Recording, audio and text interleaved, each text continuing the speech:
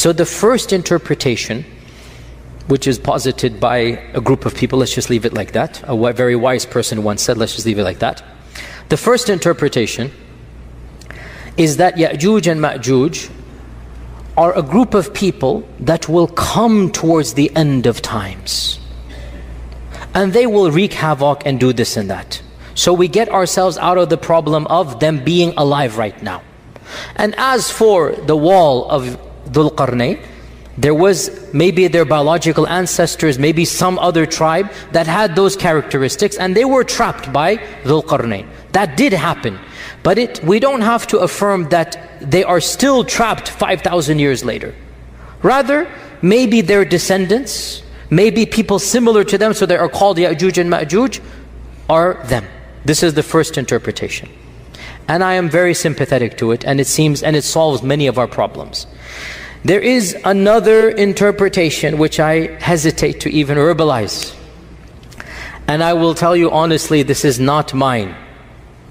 I will honestly tell you, this is something that I am involved in many discussions of this nature with many people and whatnot. And one of my scholarly friends, in a private conversation, so he will not allow me to mention his name, but I am telling you something that don't believe it's coming from me. Okay? You guys ready? Ready? Okay, don't describe this to me, please. Who is it not from? Good. No, from my friend it is from him. Not from Don't do a double negative on me. So we were talking with a group of ulama, a group of students of knowledge, and even he was hesitant, but he brought it up. He said, let's look at these traditions again. We see that first and foremost, Ya'juj and Ma'juj seem to be human but not human. You see where this is heading. And they seem to be a race of people that cannot be fought. And they seem to be doing things that are bizarre, drinking up all of this water. That's not, humans can't do that.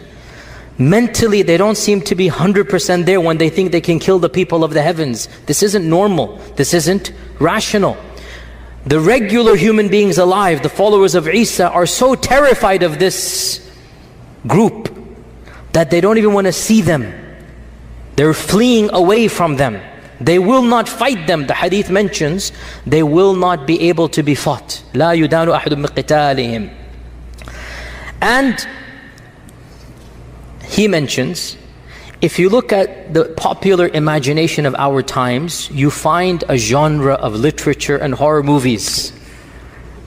You see where this is heading. And he mentions the word. And my jaw just dropped and I laughed. I said, are you serious? He goes, hear me out. Don't call them that word. For those who don't know the word, maybe the youngers can tell them later on. Don't call them that word, but the concept. What if we're talking about chemical warfare, we're talking about Dajjal, we're talking about the bird falling down, things are happening, weapons being unleashed, weapons beyond our understanding. What if the concept is there that these groups of people are human but not quite human? And they're doing all of these things, and everything just started clicking in my head. Check, check, check, check. I'm like, this is so ridiculous. You will never find me saying this in a lecture, and here I am in a lecture saying it. But in any case, Allahu A'lam, frankly, it makes more sense than believing that 1 billion people are somewhere in Timbuktu or Zimbabwe or some faraway land. It makes more sense to me. Because Allahu A'lam at the end of time, also, yes, the key point. They shall die the death of one man. How will they get gotten rid of?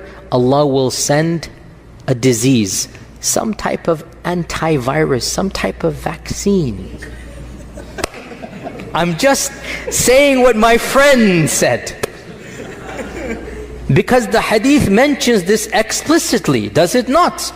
Allah will send something that will get them in the neck, and they will die the death of one person. So when my friend kept on going over all of these points, my laughter turned to a serious contemplation. And I said, but how do we tell the public this? Then I said, I'll just project it onto my friend, which it is true, it is coming from him, and I'll take myself out the picture, so that as you laugh at my friend, but the laughter will slowly turn to contemplation. So we conclude by stating that Ya'juj and Ma'juj are a reality. We believe in them because the Quran mentions it, and that these enigmatic descriptions should not cause us doubt, because strange things will happen towards the end of times. Don't base the validity of Islam on trying to understand Ya'juj and Ma'juj. If you like our content, then make sure to subscribe and turn on notifications for latest updates.